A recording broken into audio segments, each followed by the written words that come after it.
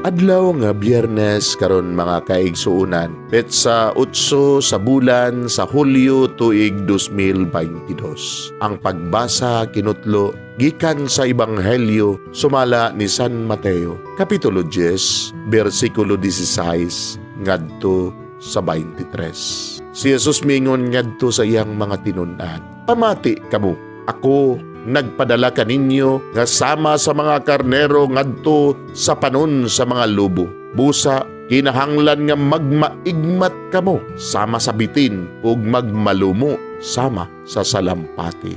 Pagbantay kamo kay may mga tao unya nga mudakop ug mudala kaninyo ngadto sa hukmanan ug latoson kamo nila sulod sa ilang mga sinaguga. Dadon kamo atubangan sa mga namunuan ug sa mga hari tungod kanako ug pinaagi niini makasangyaw kamo sa maayong balita ngadto kanila ug sa mga dili Hudiyo. Kun dadon na kamo sa hukmanan, ayaw kamog kabalaka unsay inyong isulti o unsaon ninyo pagsulti, kay inig-abot na sa panahon hatagan kamo sa angay ninyong isulti. Kay ang mga pulo nga inyo niyang isulti, dili inyo kundili iya sa espiritu sa inyong amahan nga magsulti pinaagi kaninyo. Itugyan sa mga tao ang ilang kaugalingong mga igsuon, aron patyon og mauusab kini ang buhaton sa mga amahan ngadto sa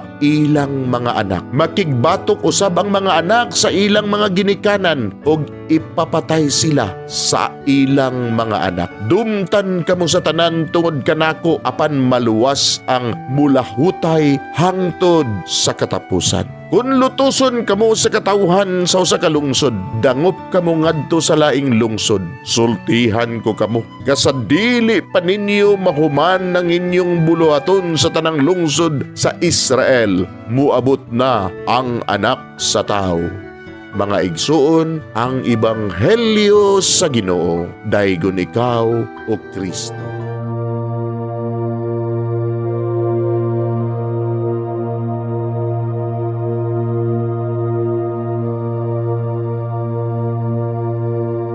Pagampo sa dili pa magsugod sa trabaho.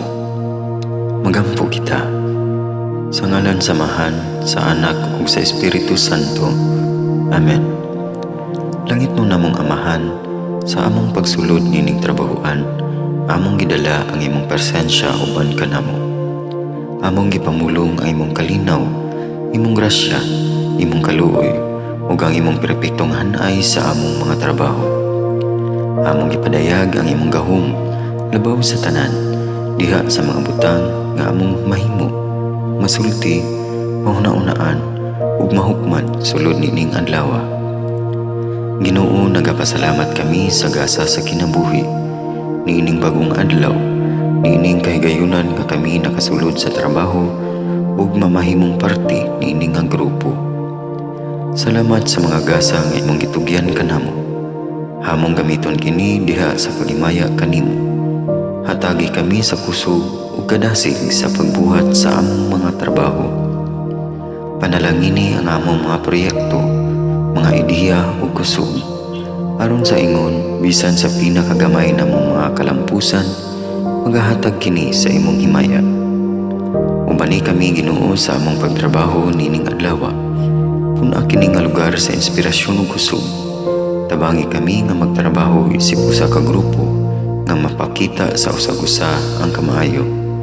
Himuha kami nga maayo nga makabot namo ang mga butang nga kinahanglan namong buhaton. Himuha kini nga lugar nga puno sa kalipay ug panagihikalaay. Ug kamugaway ug kalinaw ang mapatigbabaw niining dapita.